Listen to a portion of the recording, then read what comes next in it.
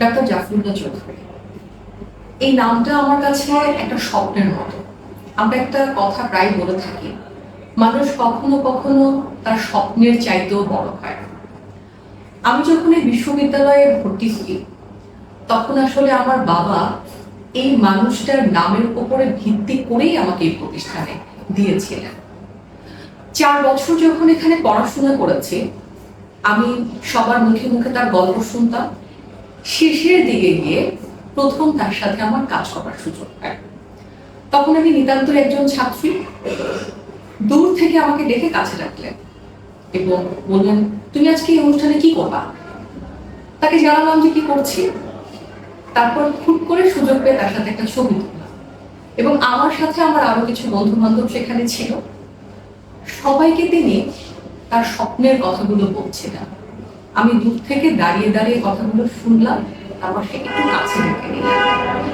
সেদিন যখন তার কথাগুলো শুনছিলাম, সহজ সরল স্বাভাবিক ভাষায় গণস্বাস্থ্য কেন্দ্র, গণবিশ্ববিদ্যালয়, গণস্বাস্থ্য সমাজভিত্তিক মেডিকেল কলেজ, তাদের সবগুলো প্রতিষ্ঠান নিয়ে তার কি ইচ্ছা আছে, তিনি ছাত্রছাত্রীদের সেই কথাগুলো বলছিলেন এবং তিনি বলছিলেন আমাদের কেমন হতে হবে, এই প্রতিষ্ঠানে পড়লে আমরা আসলে কেমন হতে চাই।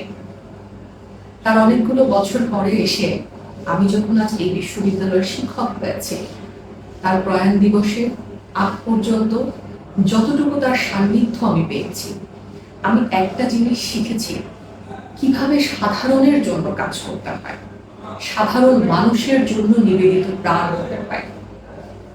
চাকচিক্যের বাইরে থেকে যে মানুষগুলোর কাছে কোনো সুবিধা পৌঁছায় না, তাদের জন্য কিছু করা। এই মানুষটার জীবনযাপন যদি আমরা দেখে থাকি, যারা আসলে তাকে খুব কাছে থেকে দেখেছে, এত সাধারণ জীবনযাপন, এত সাবলীল কথা খুব সহজ করে আসলে বলা যায় না।